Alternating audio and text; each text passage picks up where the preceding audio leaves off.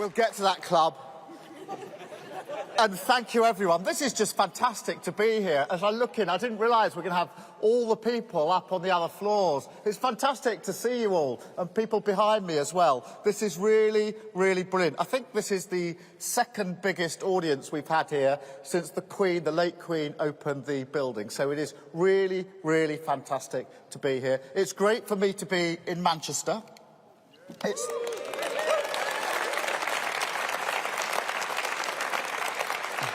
I have to confess, it is the first time I've been here since a particular football game last week. So I'm going to pass the usual Arsenal jokes today. Let's just say, Lucy, the fight goes on. And actually, that we can learn something from Arsenal and from Man City. Bear with me. Because all the way to the end of the season, the objective for both teams is the same: win the league. A goal that can be achieved only by teamwork, excellence, a blend of skills, different people pulling together on and off the pitch, contributions big and small. Tactics may change, Lucy, but the pursuit is single-minded. And the focus, the ambition, the mission, that never changes. Don't worry, I'm not going to turn up to Parliament in a tracksuit, but I do believe Britain needs a clearer sense of purpose, and that the way we run our country can be more like a brilliant sports team pursuing victory, that government can be driven forward by clear, focused objectives, and that this approach is vital for Britain to get its confidence, its hope and its future back.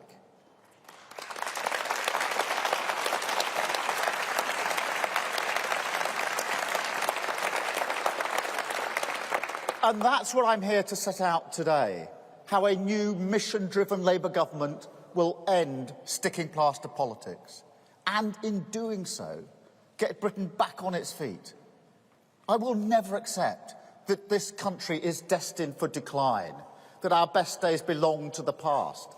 Success is all around us. It just needs direction. People have huge ambitions for their community. They just need a government that matches their ambition. And I think there is a yearning to come together, to be part of something bigger. That appetite, it's always been there. In all our big moments in our history, the creation of the NHS, during the pandemic, in spades, the passing of the late Queen last year. A pride and a purpose that we have to unlock to drive our country forward towards a better future. Now,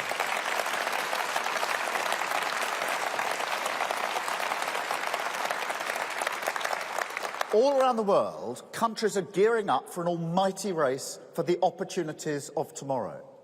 Britain must be on the start line, not back in the changing room tying their laces. Some nation is going to lead the world in offshore wind. Why not Britain? Some nation will create the first generation of quantum computers. Why not Britain? Some nation will design medicines personalised to match our unique DNA. Why not Britain?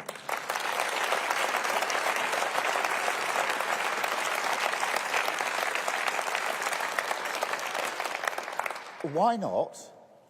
Because sticking plaster politics holds us back. Pick any of the current problems: energy security, productivity, immigration. We could be here all day. But it wouldn't matter. The pattern is always the same. Distracted by the short-term obsessions that fixate Westminster, held back by a cynicism which uses low trust in politics as an excuse to narrow our ambitions, blinkered to the potential of an active government setting the direction, we lurch from crisis to crisis, always reacting, always behind the curve.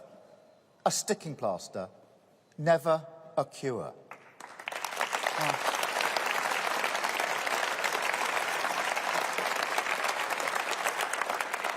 Just look at the NHS. For years, we've had winter crises. Every year, the same panic, the same despair. This is life and death. And yet the government has never found a long-term solution. Sticking plaster politics. The fundamentals never fixed. Not one crisis, but a cluster of crises that compound each other, combine to send a nation in a downward spiral. The evidence that this has happened to Britain is all around us. The only country in the G7 still poorer than it was before the pandemic. The worst decade for growth in 2 centuries. 7 million on waiting lists and rising. You don't see this everywhere. And look, it's easy to blame it all on the Tories. But some of these problems go back decades. Others are clearly aggravated by events, and I won't criticise this government unfairly for the consequences of the war in Ukraine. But over 13 years, by their actions and, crucially, their inactions, the Tories have made Britain's problems deeper, longer lasting and more painful than any of our competitors. Seriously, ask yourself this. Do I feel better off today than I did 13 years ago? What's the list of achievements they can rattle off, the legacy of our country that they can be proud of? And the idea that the people who created the mess around us are the right ones to clean it up, forget it.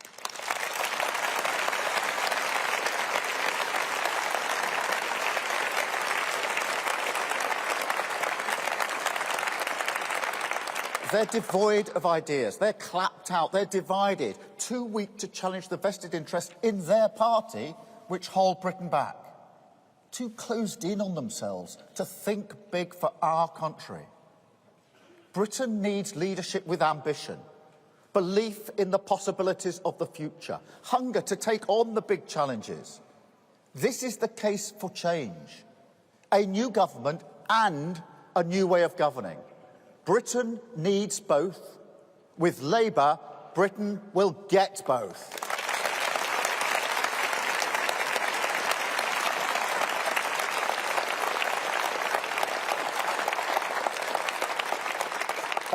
And that's what today is about. A Britain that gets its future back. And I'll tell you how. We're going to transform the way Britain does its business from top to bottom. We'll modernise central government so it becomes dynamic, agile, strong, and above all, focused. More open to expertise, to partnership with business, unions, communities and civil society. Mission-driven government.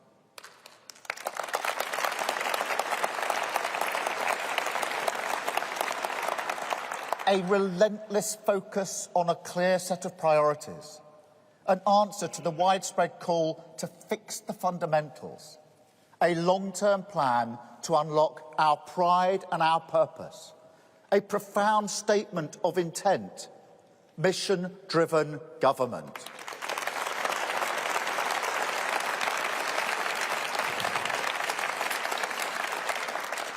In some ways, it's a simple idea.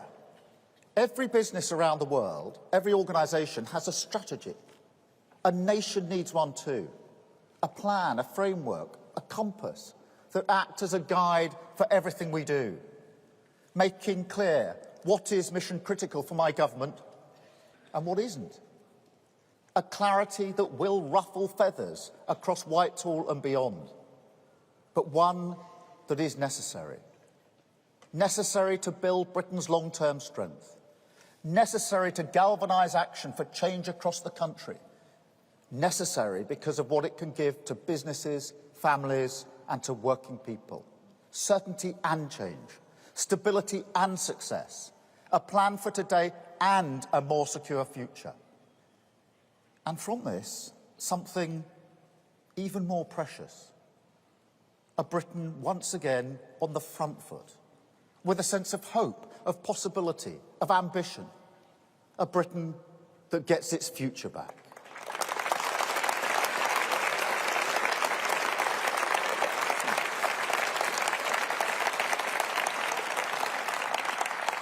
Five national missions, each one laser-targeted on the complex problems that drive our crises, the root causes that demand new thinking, new solutions born in all parts of the country, new ways of harnessing the ingenuity that's all around us.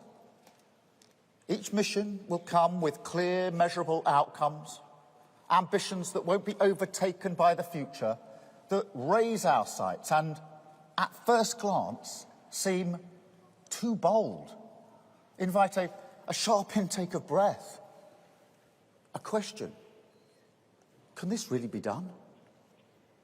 And then, when the doubts begin to subside, a new emotion and a new determination. Why not Britain?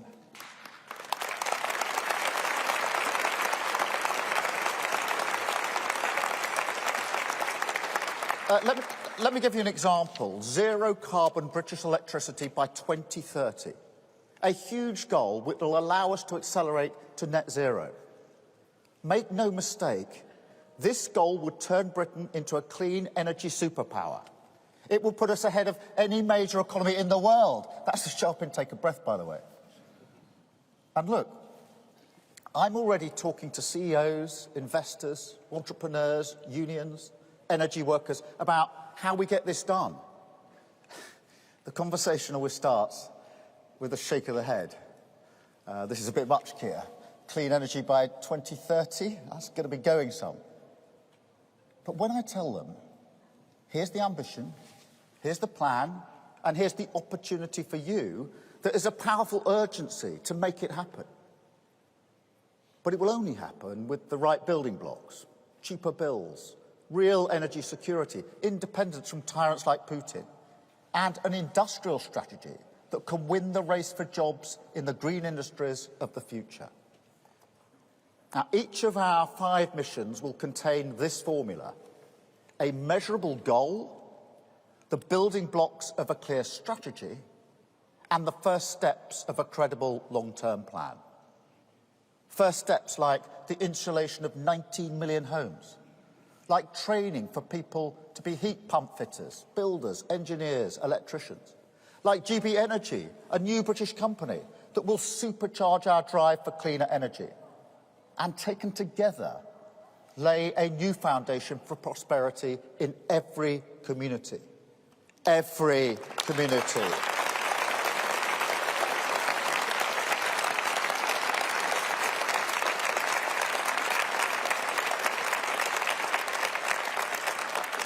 Now, today, I want to focus on Labour's mission for the British economy, because no mission is more important to the future of our country.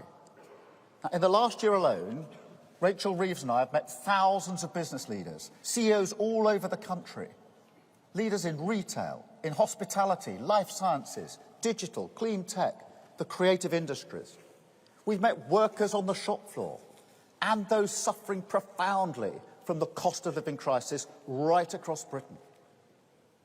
And through all of this, what we need has become crystal clear: growth. Economic growth is the oxygen for our ambitions, the lifeblood of a strong society and a successful economy. Higher living standards, better public services, more hope and opportunity. Without strong growth, these are just empty slogans. And let me spell it out.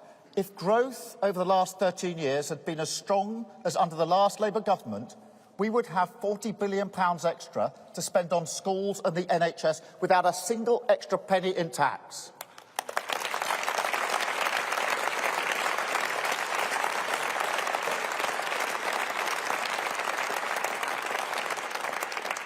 Britain needs to create more wealth, needs to be more competitive. It's that simple. Now, you may ask, it's easy to want growth, so what's so different about you? Well, I say, for 13 years, there's been no plan, no urgency, and no one with the courage to do the hard yards that will change who growth is for and where it comes from. So let me announce the economic mission of the next Labour government. By the end of Labour's first term, We will deliver the highest sustained growth in the G7.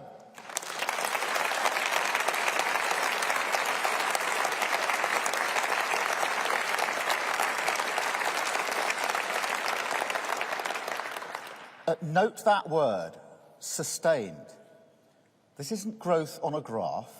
This isn't going to be gamed by clever statistics.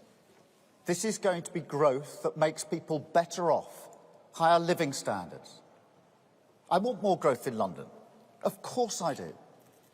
But I'm not interested in a model of growth where London races ahead and the rest of the country stagnates. Nor will I be satisfied if our growth depends on creating jobs that are low-paid and insecure. We need growth from the grassroots, a new model, wealth created everywhere, by everyone, for everyone. So our mission on growth comes with a second yardstick. It must be powered by good jobs and stronger productivity in every part of the country. Every part of the country. Judge us against that.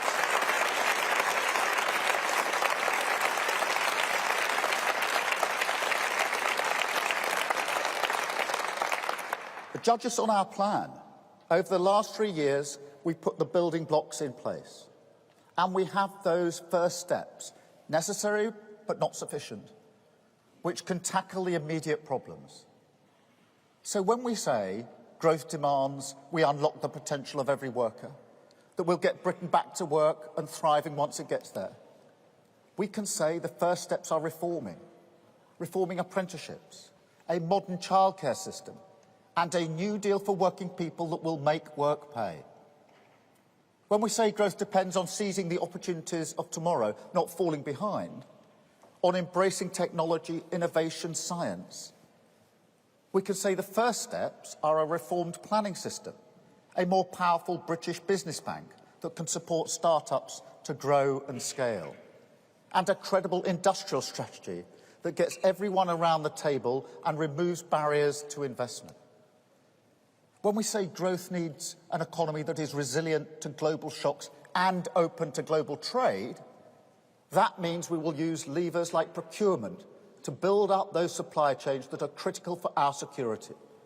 And we will fix the Brexit deal and reset our relationship with the EU.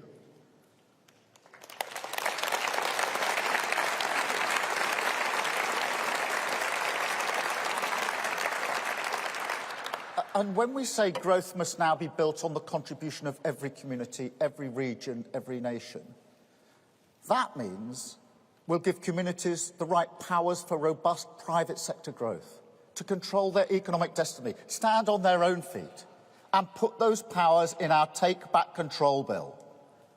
And the one thing I need to be really clear about, these 4 shifts in Britain's approach, this new model, depend on a 5th. From chaos to certainty, the rock of economic stability, where policies are always fully costed, fiscal rules are sound and followed rigorously, constraints accepted, institutions respected, not bypassed. And as a result, investors here and across the world have the confidence and the certainty that they need to get behind our missions. I look at what some of the Tories are saying at the moment, and I can't believe they need to learn this lesson again. That they don't understand, still, that chaos has a cost. The noises off you hear from them, they're a primal scream. The last gasp of a party caught between a rock of stagnation and the hard place of its economic recklessness. The message to the British people is clear. Labour is the party of fair growth. Labour is the party of economic stability. Labour is the party of ambition.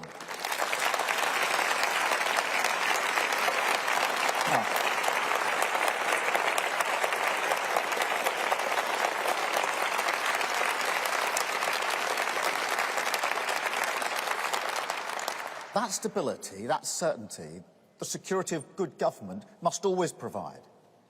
Without it, mission-driven government just won't work.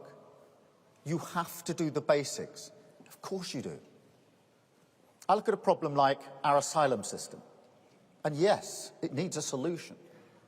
It's incredible the government doesn't have a plan, that they won't match our plans to set up a dedicated NCA unit to deal with this, with specialist officers working every day to take down the gangs and to reach out across the Channel to countries who share this challenge.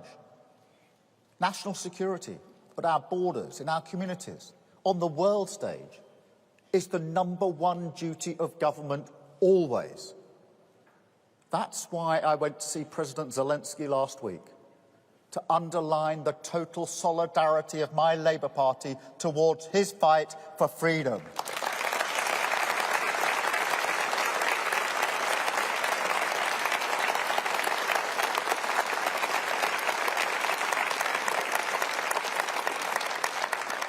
Mission-driven government is about what we do beyond that, how we restore our ambition, raise our sights above the quick fixes, the pandering to the noisy crowd, the short-termism that will only ever provide the sticking plaster. But also how you bring our country together, open minds, change how government operates, end the silos. It's about creating the conditions for ambition to be realised, for pride to be harnessed, purpose to be unlocked. 5 national missions.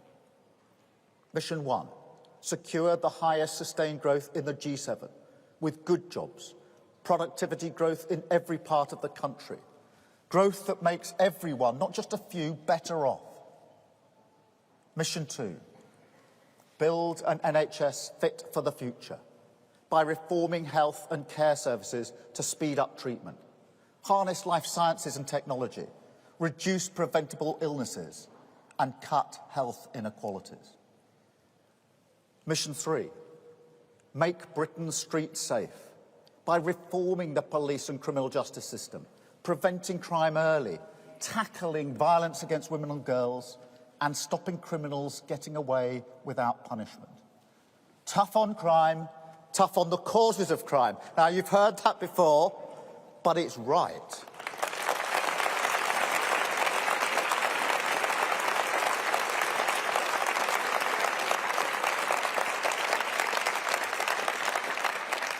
Mission 4, break down the barriers to opportunity at every stage for every child by reforming childcare, reforming education, raising standards everywhere, and preparing young people for work and for life. And 5, yes, we will make Britain a clean energy superpower. And these missions, these 5 missions, will form the backbone of the Labour manifesto, the pillars of the next Labour government. They will be measurable, so we can track progress and be held to account. Long-term, so we can look beyond the day-to-day, informed by experts and the public, so we can build a coalition for change. And each will support our drive for growth. Each will help us get our future back.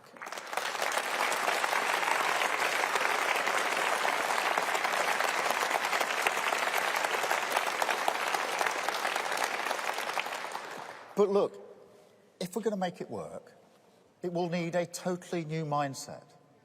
We have to understand that the how is as important as the what.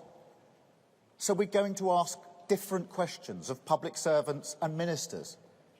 Difficult questions.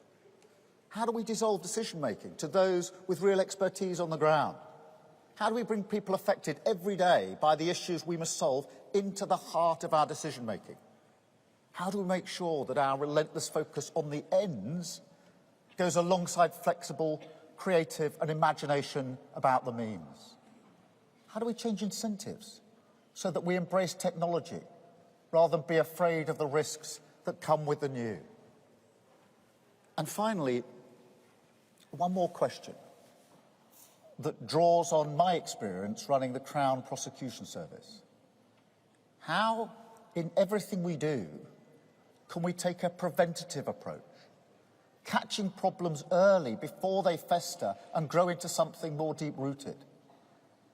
We will ask these questions because I'm not interested in dancing around issues or mouthing off about them, but in bringing people together with purpose and intent. And look, when I say everything will not be fixed just by spending more money, that's not just because of the damage the Tories have done to our economy, or because we think it's the responsible thing to do, though all of that is true. It's because the more I delve into these challenges, the more I can see things that are simply not working, things that could be sped up, joined up, given direction, made to work better. This is at the core of my politics. Government can prevent problems as well as fix them, can shape markets rather than serving them, can lead a collective national effort on growth and innovation. But without reforming the role of government, none of that will happen. Equally, I have to say, I'm not concerned about whether investment or expertise comes from the public or private sector. I just want to get the job done. And I mean that. We have to get it done. There is a massive role for the private sector in mission-driven government.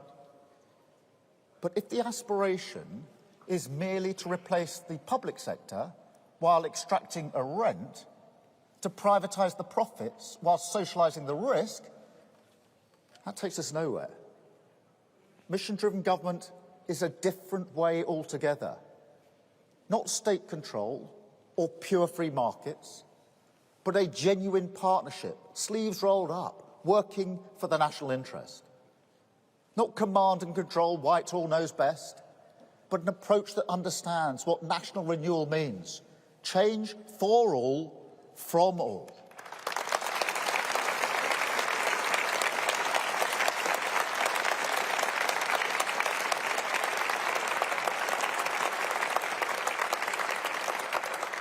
And that's the best thing about mission-driven government. You can't do it without people. You can't grow the economy without entrepreneurs creating new ideas. You can't make streets safe without communities looking out for one another. You can't make healthier lives without people changing their habits. Change can come from unlocking the pride and purpose of all of us.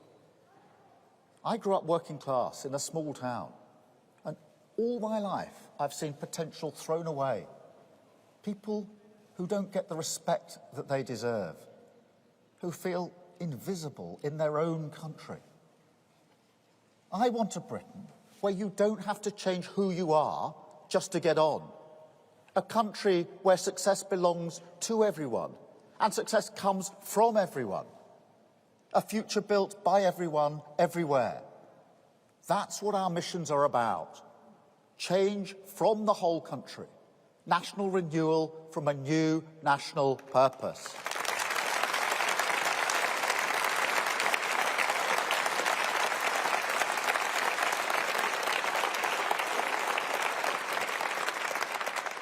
And that's my role in this. As Prime Minister, my personal mission would be to make mission-driven government a reality, to keep our eyes focused on the prize. So in the coming months, for each mission, the whole of the Shadow Cabinet will be supporting me.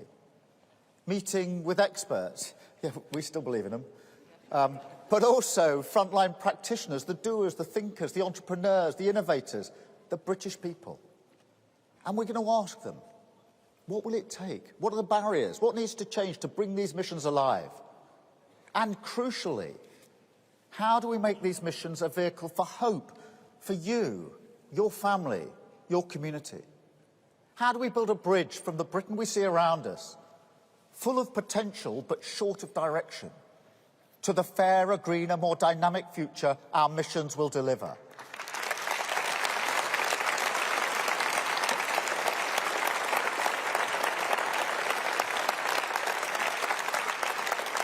That's the defining work of my Labour government, and we will prepare for it now. There is no time to lose. I'm well aware that at a moment like this, it's hard to hope, harder still to convince people that they and politicians have a common cause. Of course it is. People have listened to politicians and pulled together before. They did it after the financial crash, when politicians made them pay for the mess caused by banks.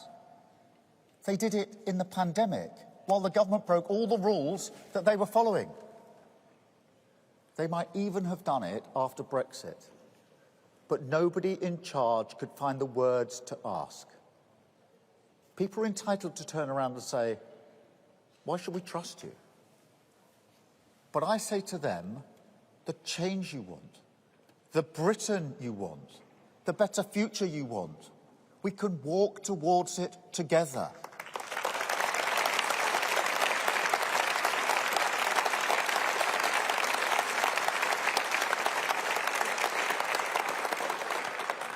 Every region and nation of the UK must be heard, but we have to come together. National missions for national renewal, the fastest growing economy in the G7, a clean energy superpower, public services that lift us up, a mission-driven government that will end sticking plaster politics, will unlock the pride and purpose that is in every community, will give this country its confidence, its hope, its future back. Now is the time for us all to be part of something bigger and to say with one voice, why not Britain? Thank you. Thank you. Thank you. Thank you very much. Amazing.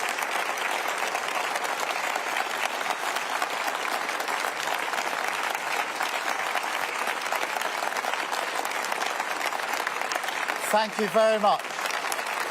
Thank you.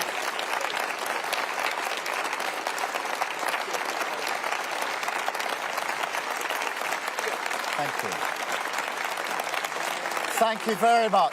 Thank you. We're now, colleagues, we're now going to take various questions from the media, starting with Beth from Sky News. Beth. Hi. And we're going to try and keep these short and one each, Beth.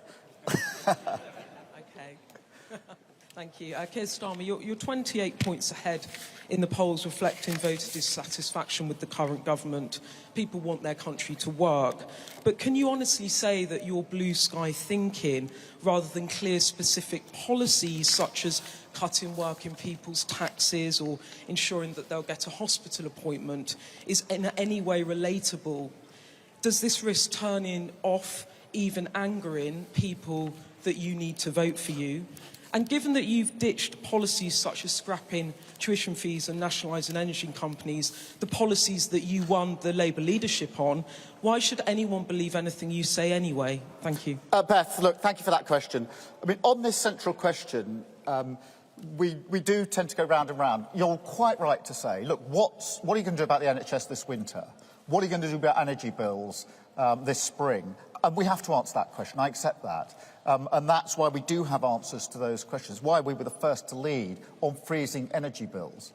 But the problem if we stop there with that sort of retail offer for the here and now is that we'll never fix the fundamentals.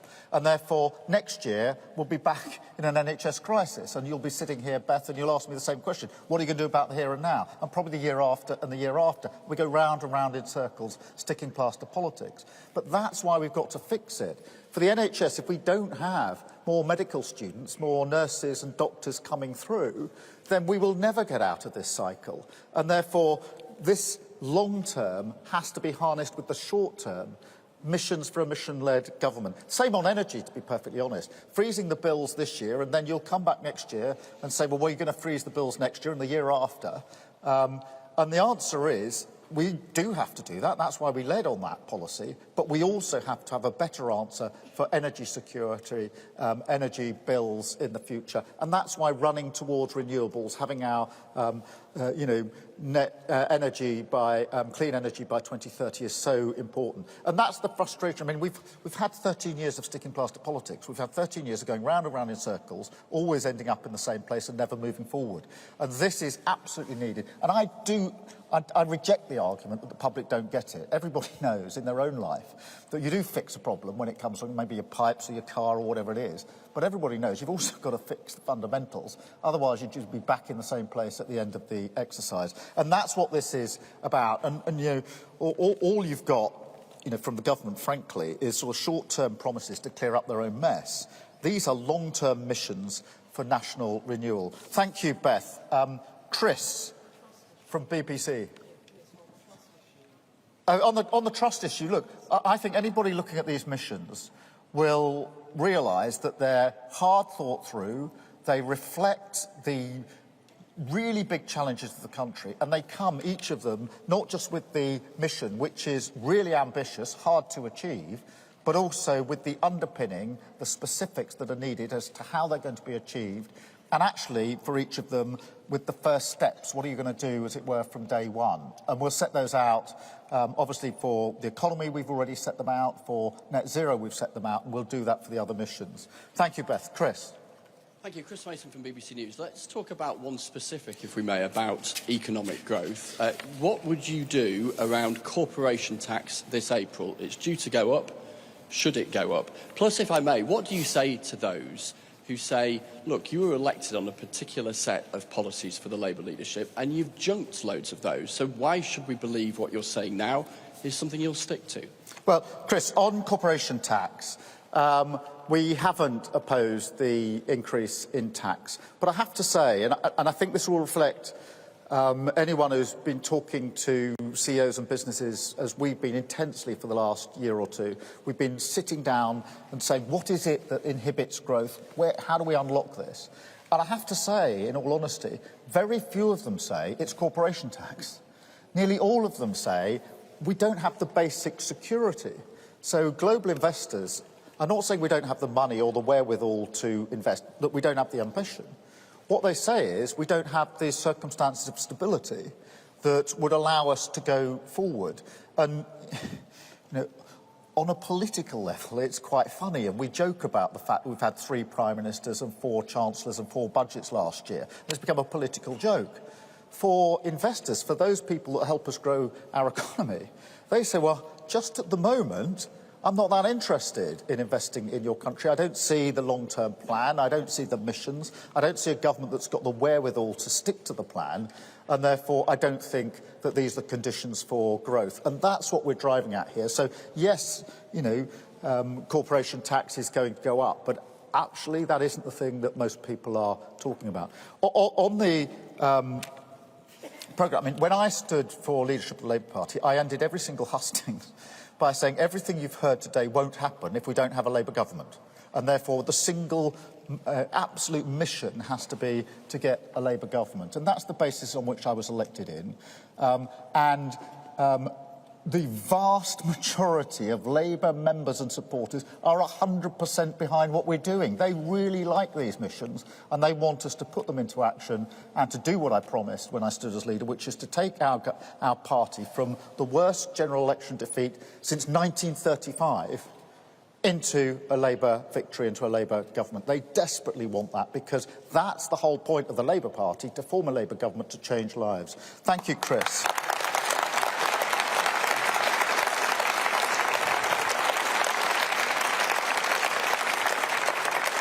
Anushka. Thank you. Keir Starmer, obviously to do any of this, you have to win an election. And to win an election, you have to persuade voters that this will change their lives immediately. So what I want to know is how all of this translates into your immediate priorities. If you were to become Prime Minister, what would you do on day one? Well, Anushka, let me take that head on, because each of the missions is about long-term change. It's about a decade of renewable. But each of them is underpinned then by the specifics. What do you need to achieve that? And what are the first steps along that road? You know, whether that's, for example, on energy, insulating 19 million homes, setting up GB Energy. In health, doubling the number of medical students so we can actually have the next cohort.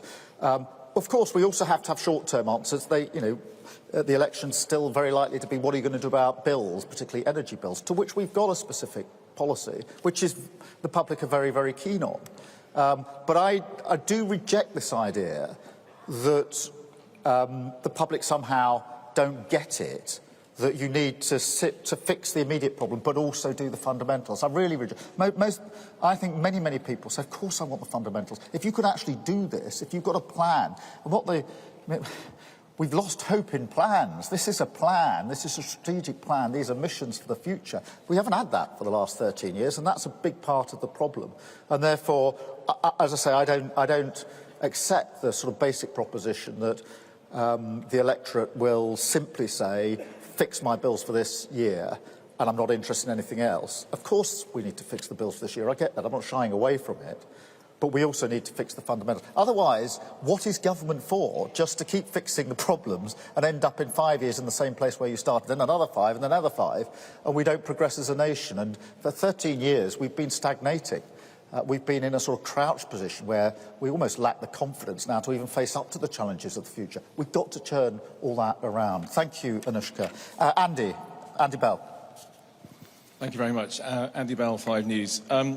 Keir Starmer, isn't all this just another way of saying to people, sorry, there is no more money? There are a lot of people at home at the moment who would like a Labour government, if there is one, to spend more money on the NHS, on the police, on various other areas of public services. What you're saying to them is, actually what I have here are missions, and as for more money, I'm afraid you can forget that. No, Andy, that's not right. Of course, some of these will require money. And where we put money in, we will have it fully costed and set that out. If we work in this way, it will be a catalyst for unlocking private sector money as well. And therefore, this isn't all about how much money from the Treasury is needed to make these missions work. It's how do you create the conditions in which the public and the private sector can work together. But there's also something else, Andy, and that is reform. I've run a public service for 5 years. And I know that if you put more money in your public service, you will get a better outcome. But you won't fundamentally change it if you don't reform. And that's why reform is a big part of what we're saying here on the health service, on the way we run the country, the industrial strategy. Reform has to be part of the answer. You know, in criminal justice, it used to frustrate me. We were in a silo. And you put more money in the top, and it might speed things up. But it didn't fundamentally change actually the outcome. And so reform is as important as the money we put in. Thank you, Andy. I've got Henry from the Times. Henry. Hi, thanks. Last week you effectively barred Jeremy Corbyn from standing for Labour again. When you said you were 100% behind making him Prime Minister, were you telling the truth? And if you were, why should people who couldn't vote for Labour under his leadership trust your judgment? And if you weren't telling the truth, why should anyone trust that you're going to stick to these missions? Henry, look, first, let's be absolutely clear about what I said about Jeremy Corbyn last week. I said that he won't stand at the next election as a Labour candidate. That was as I was doing a press conference for the Equality and Human Rights Commission, where after over 2 years, having found us to be in breach of the law, they had concluded that we'd done enough, that our plans were sustainable, that they could take us out of special measures. And I said that the Labour Party now is unrecognisable from the Labour Party of 2019. I wasn't celebrating that we were being taken out of special measures, but I certainly wasn't going to be going backwards. The last election, you know, like every Labour member and supporter, of course I campaigned for a Labour government in the same way that every Tory supporter and member campaigned for a Conservative government. But I recognised that the electorate delivered their verdict on Labour in 2019, and that therefore the first thing if you, a verdict like that, you don't sort of look at the electorate and say, well, what were you doing? Didn't you hear us? You look at your own party and say, it's us that's got to change. Thank you, Henry. Pippa.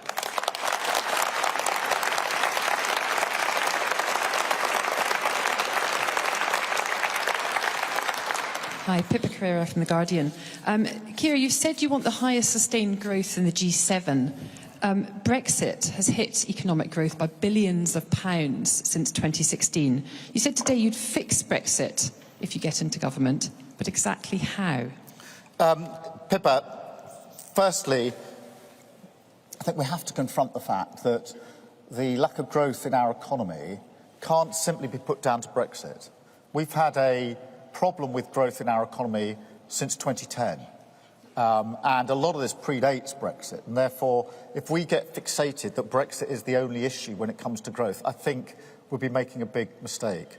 And I'm not pretending that we don't need to improve the deal we've got with the EU, but just to put it into context. Secondly, I'd say that for many, many investors, it's the stability that they are looking for, the non-trashing of the institutions, the idea that the Labour government will be a government of sound money. That's what's making the difference in the conversations that we are having. But I do think the Brexit deal needs to be improved. I think if you look at the deal we've got, it's obviously not working very well. It wasn't oven-baked, it wasn't even half-baked. Look at the impact. We have to have a closer trading relationship, not just fixing the protocol in Northern Ireland, but more generally. But as I say, I think the answer to growth can't be simply laser-focused on Brexit. And what I said about growth, I just want to reinforce this, Pippa, is it has to be growth everywhere across the whole of the country. There is a model of growth that says you supercharge London and the South East, and I don't want London and the South East held back. But I don't want, my ambition for a Labour government is that you have London and the South East and then sort of redistribution for everywhere else. I think that is totally the wrong model. It is totally disrespectful. Our ambition is for growth in every single place across the United Kingdom, not just London and the South East, not just Manchester. I love the growth in Manchester, it's really good. But I want growth in every town around Manchester as well, and the same for every city across the country. Thank you, Pippa. Amy from The Telegraph. Hi, Amy Gibbons from The Telegraph. On the Shamima Begum case, you've said you support the courts blocking her return. So would Labour ensure that other former jihadists do not return as well? Look, national security has to come first.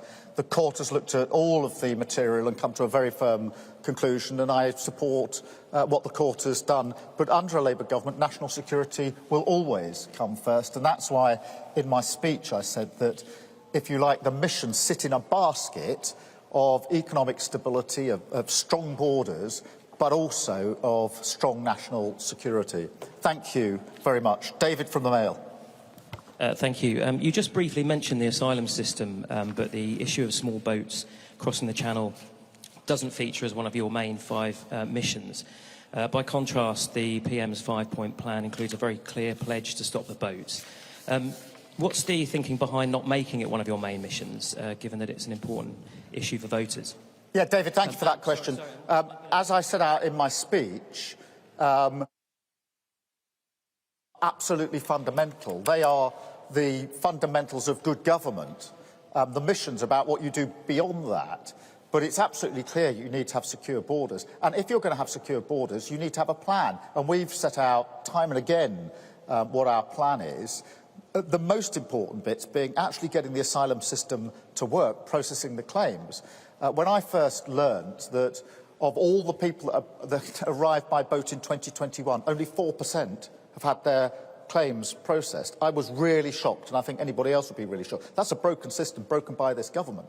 But if you really want to do the fixing bit, then you do need a new unit within the NCA, extra officers to do the cross-border control. I worked, when I was Director of Public Prosecutions, we formed cross-border teams to deal with drugs being taken over borders, guns being taken over borders. Why can't we do the same in relation to the gangs that are driving those into desperate situations into those boats? So it's absolutely central. It's a given for me. We've already set out a plan for it. Frankly, if the government picked up our plan, we might make some progress. Thank you, David. Ashley from the Mirror. Hi, Ashley Calvin from the Mirror. Jeremy Corbyn said in his first planned speech outside Number 10, the one that didn't happen, that he would have announced an end to homelessness in Britain and pledging to end rough sleeping within a week. Is that something you could commit to? And secondly, the team in front of you today, the Shadow Cabinet, can you rule out a Shadow Cabinet reshuffle before the next general election? Well, let's deal with the second. I don't know any leader of any political party that would stand on a platform like this and announce anything that could conceivably be construed to be the beginnings of a reshuffle. But look, on homelessness, of course we want to end homelessness, but, that isn't going to happen if we don't achieve these missions, if we don't get that sort of economic growth, if we don't fix our health service. We know that homelessness is bound up with mental health and young people in desperate place. So ending homelessness is, you know, a laudable aim. But what I'm in the business is of how are you going to do it? How do you have to fix the country to make sure that actually happens?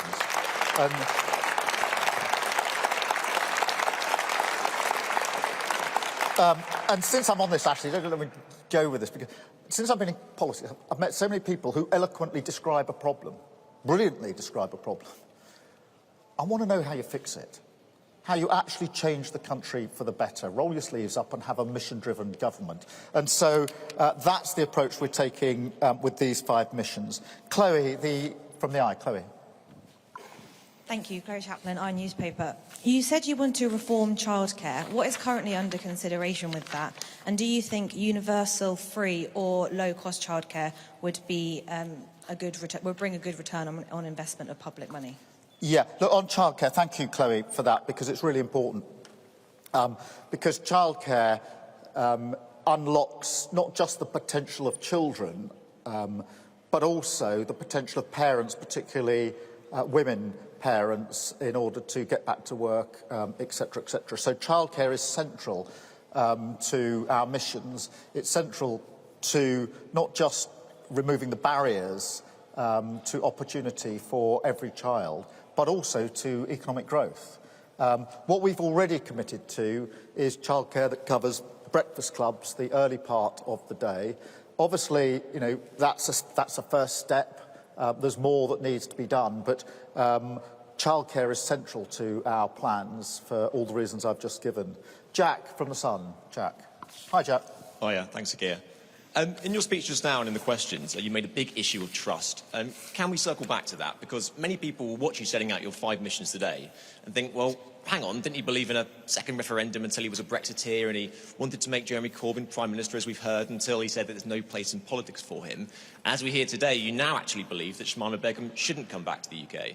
So today, can you make a proper guarantee to readers and voters that if you do accede to the highest office in the land, there'll be no more flip-flopping?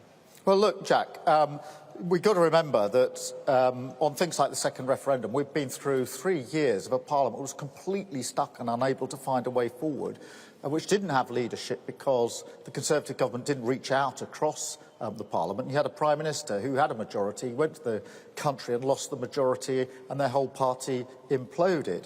But as we go forward, look, these are our missions, this is our way of working, and I'm very happy to have that tested. If anyone wants to know, do the public trust and want any of this, then there's a very good way to find out. Let's have a general election.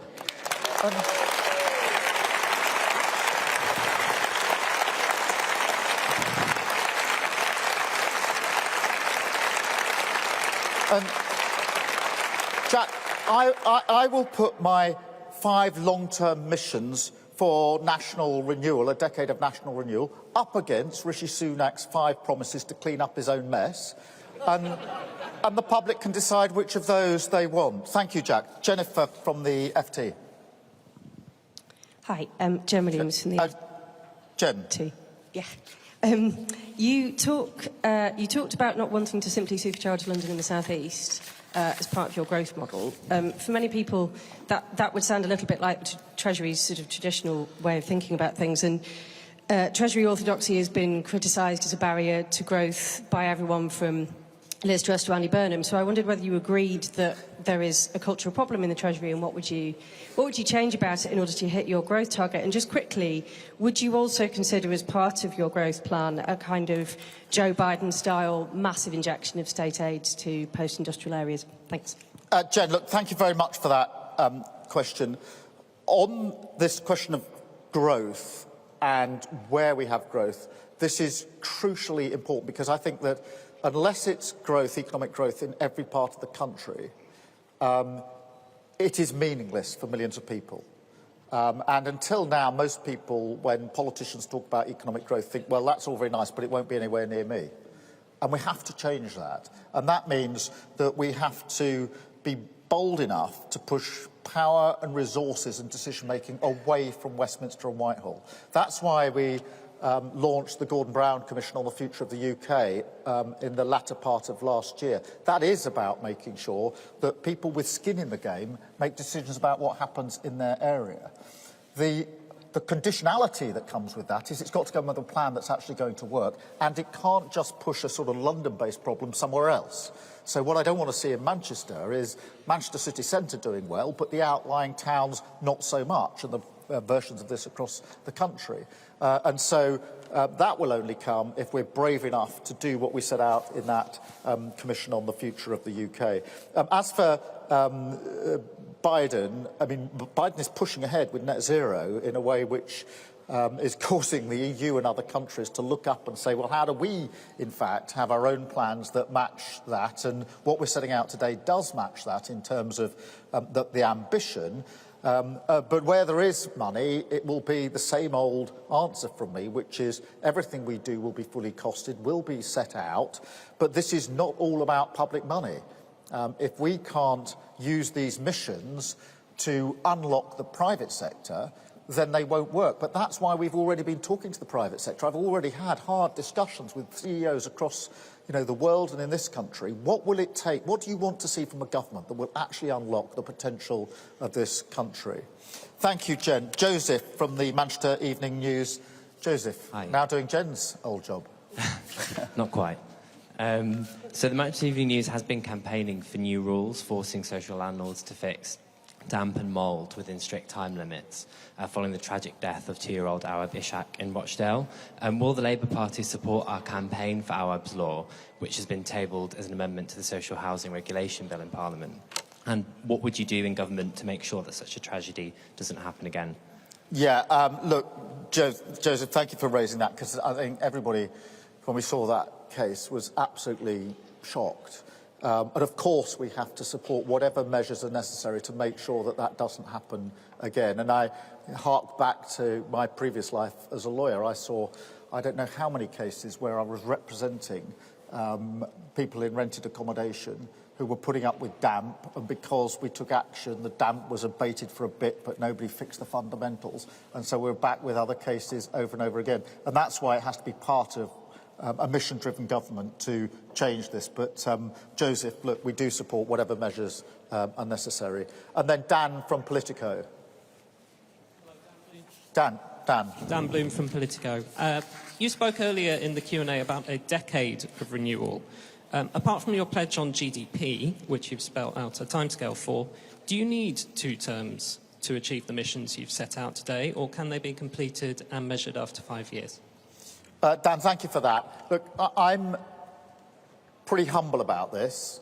We lost badly in 2019, and my ambition is to take the Labour Party back into power. That will be an incredible journey if we're able to do it, and I'm mindful that every single vote has to be earned, and we've got a long, long way to go. But I'm also honest enough to say that some of these issues are not going to be fixed within 5 years. They're longer term than that. These missions come with measurable goals along the way, the underpinning and the specific first steps that will put us on that journey. But I don't think it'll come as a surprise to anyone that some of these issues are going to be longer term. That's why we've said a decade of national renewal. Now, I'm not getting ahead of myself, because I am humble about this. I do know that every single vote has to be earned. I do know we've got a long, long way to go. And, that what we have to say has to be put before the electorate, and we have to persuade them. But at the same time, I'm not going to shy away from the fact that after the damage that's been done in the last 13 years, it is going to take time to fix the fundamentals. What I'm proud to do today is to set out a plan that explains what are the changes we want to see and how are we going to do the fixing of the fundamentals. Thank you all very much indeed. Thank you for being here. Thank you for those that are standing. Thank you so much.